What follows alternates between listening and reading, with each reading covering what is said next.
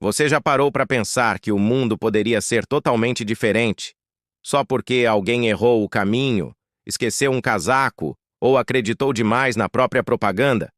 A história da humanidade é basicamente um grande stand-up de vacilos. Só que, diferente da sua vida, onde o pior que pode acontecer é mandar mensagem para ex às 3 da manhã, os erros aqui custaram impérios, milhões de vidas e mudaram o destino do planeta. Bom, isso foi estranho, mas calma que vai piorar. Comecemos em 1274 a.C., na Batalha de Kadesh. Ramsés II, o faraó que se achava o Giga-Chad do Egito, foi para cima dos hititas com a confiança de quem posta story motivacional no Instagram. Só que ele caiu numa emboscada e quase perdeu tudo. E como resolveu? Inventou que tinha sido o herói da parada e espalhou sua própria versão.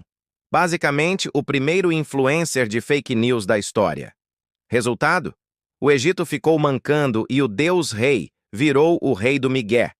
Séculos depois, em 476, o Império Romano Ocidental desmorona, e não foi culpa de um único erro. Foi um combo. Corrupção, impostos insanos, exércitos mercenários que mudavam de lado mais rápido que torcida em final de campeonato. Roma colapsou sozinha. Era como tentar manter um grupo de WhatsApp da família unido sem briga. Spoiler, não deu certo. Pois é, agora segura essa. Em 1212 rolou a Cruzada das Crianças.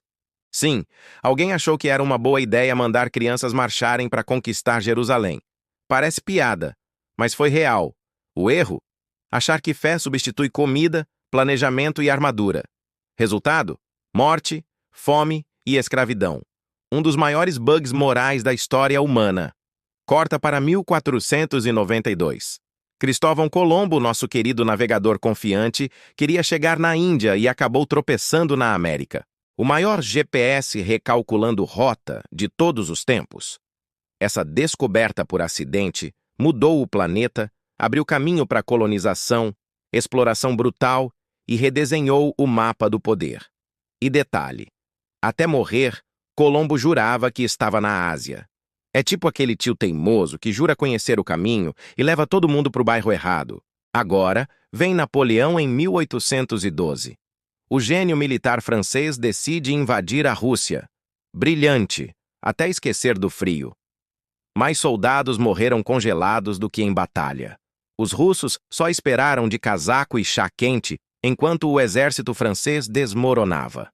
Esse foi o clássico "leva o casaquinho, filho", elevado ao nível geopolítico.